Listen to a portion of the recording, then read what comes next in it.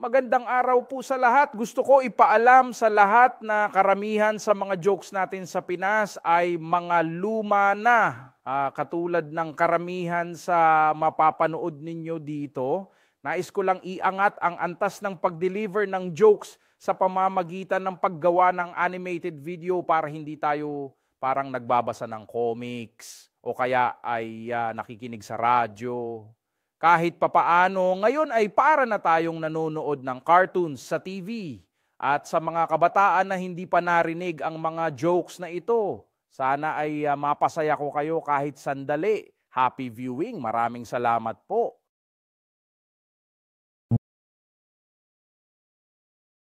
Dati-rate, mga gwapo lang ang mga playboy. Ngayon, maski pangit ay playboy na rin.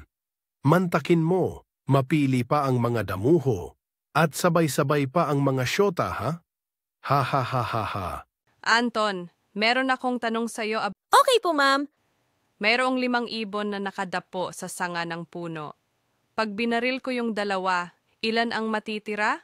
Wala pong matitira, ma'am. Kasi po pag binaril nyo at narinig ng mga ibon ang malakas na putok, lilipat po silang lahat. Mali. 3 ang matitira. Pero gusto ko ang takbo ng isip mo, Anton. Ma'am, ako naman po ang magtatanong. Sige, Anton, tanungin mo ako. Sa isang ice cream parlor po, may 3 magagandang babae na kumakain ng ice cream in cone. Isa, ang dinidilaan ito. Isa ang kinakagat ito, at isa ang isinusubo ito. Sino po sa kanila ang may asawa na?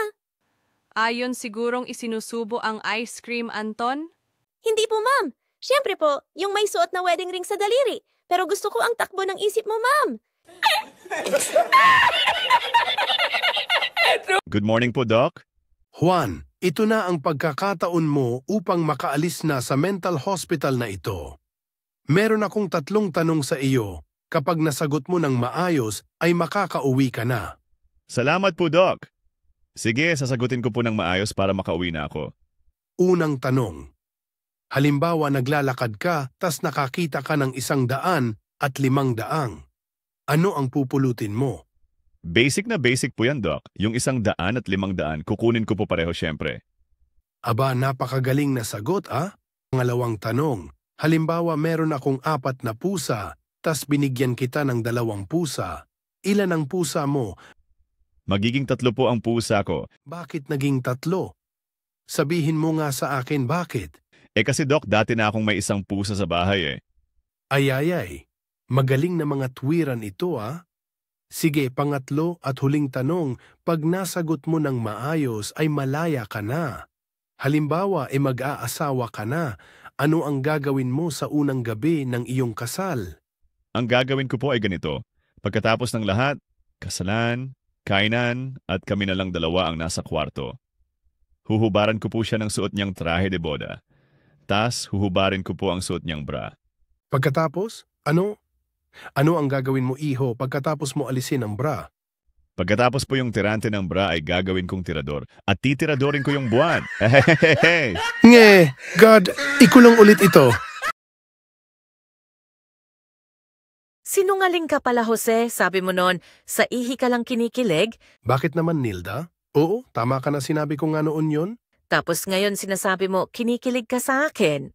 Correct, Nilda. Di ba ang English ng ihi ay urine? Sinungaling ba ako pag sinabi ko na kinikilig ako sa ihi at sa urine?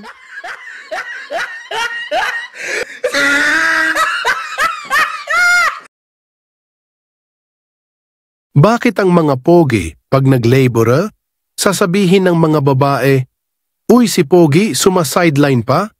Pero pag pangit ay nag-laborer, sasabihin nila, "Yan ang napapala ng mga hindi pinagbuti ang pag-aaral.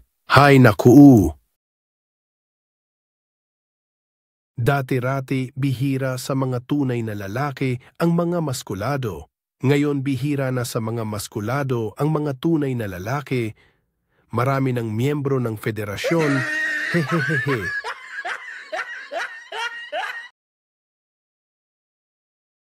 Dati-rati, bago magpakasal ang magsing irog, itinatapat nila sa kabilugan ng buwan ang kasal. Ngayon, hinihintay nila ang kabilugan ng tiyan saka magpapakasal. Ha ha ha ha ha ha. Good morning po, Doc. Good morning to iho. Magpapacheck up po ako. Mahina po ang tenga ko, hindi po halos makarinig. Kahit yung utot ko, di ko po marinig eh. Galing na po ako sa isang doktor, napakalaking halaga po ng pera na kailangan eh. Di ko po afford. Sana po ay yung murang solusyon lang. Ah, ganun ba? Bueno, bibigyan kita ng solusyon sa problema mo na hindi kailangan ang malaking halaga. Heto ang kailangan mong bilhin. Nagkakahalaga lang yan ng 20 piso. Ilaga mong lahat yan at kainin lahat. At presto, solve ang problema mo. Talaga po? Sa murang halaga na niyan, makakarinig na po ako ng maayos? Lalakas na po ang pandinig ko? Hindi. Pero lalakas ang utot mo kaya maririnig mo na siya.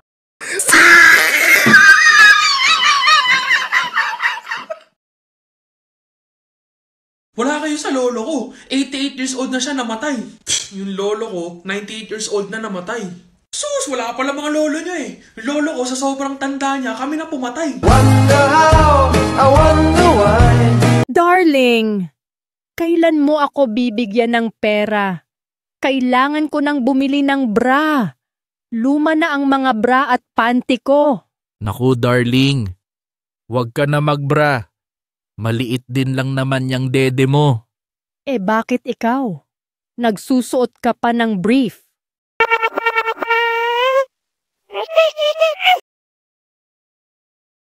Magandang gabi po sa inyong lahat.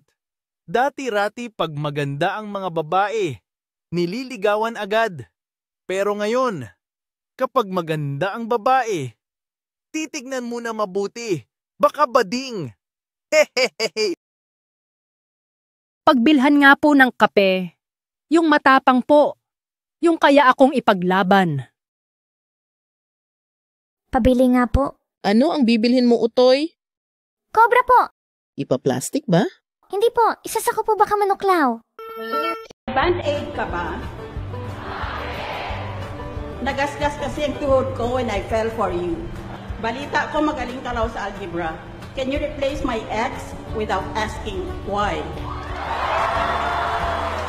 Ang pagmamahal ko sa iyo ay nasa kabilang classroom. Ibang klase talaga.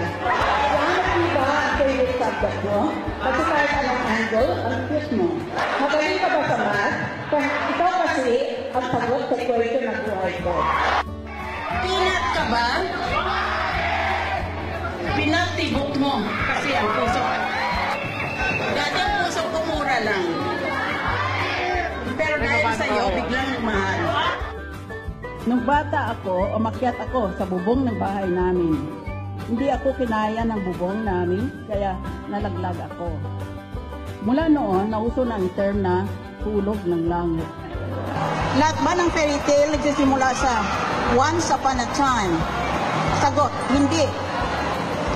Ang iba ay nagsisimula sa kung iboto ninyo ako. I will now start my speech. Otherwise, maging kamukha na lang ng press conference ko na wala na akong ginawa kung hindi insultuhin ang mga kalaban ko. Nahihiya naman ako sa inyo, kaya matino na ako ngayon. Band-aid ka ba? Nagasgas kasi ang tuhod ko when I fell for you. Balita ko magaling ka raw sa algebra. Can you replace my X without asking why? Ang pagmamahal ko sa iyo ay nasa kabilang classroom. Ibang klase talaga. Hanap mo ba ang favorite subject mo? Kasi kahit anong angle, ang quiz mo. Magaling ka ba sa math? Kung ikaw kasi ang sagot sa question ng buhay ko. Pinat ka ba? Pinatibok mo kasi ang puso. Dati ang puso ko mura lang. Pero dahil sa'yo, biglang mahal. Nung bata ako, umakyat ako sa bubong ng bahay namin. Hindi ako kinaya ng bubong namin, kaya nalaglag ako. Mula noon, nauso na ang term na hulog ng langit. Lahat ba ng fairy tale nagsisimula sa once upon a time? Sagot, hindi. Ang iba ay nagsisimula sa kung iboto ninyo ako. I will now start my speech. Otherwise, maging kamukha na lang ng press conference ko na wala na akong ginawa kung hindi insultuhin ang mga kalaban ko. Nahihiya naman ako sa inyo, kaya matino na ako ngayon. Ma, natinig po ako ng isda. Naku anak, sige kumain ka ng saging, lunukin mo lang ng buo. Sige po, kakain ako ng saging. Sige kainin mo pa yung ibang saging. Ma, ayaw pa rin po maalis eh. Ayaw pa rin maalis? Nakatatlong saging na ako, ayaw pa rin maalis. Bakit ba ayaw maalis? Teka, saan ka ba kasi natinik?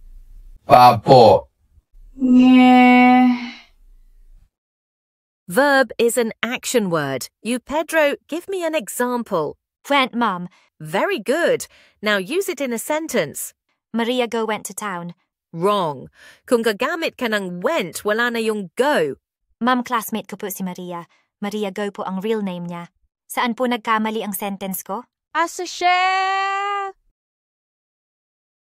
Dad, how were people born? You know, Adam and Eve made babies. Then their babies became adults and made babies too, and so on.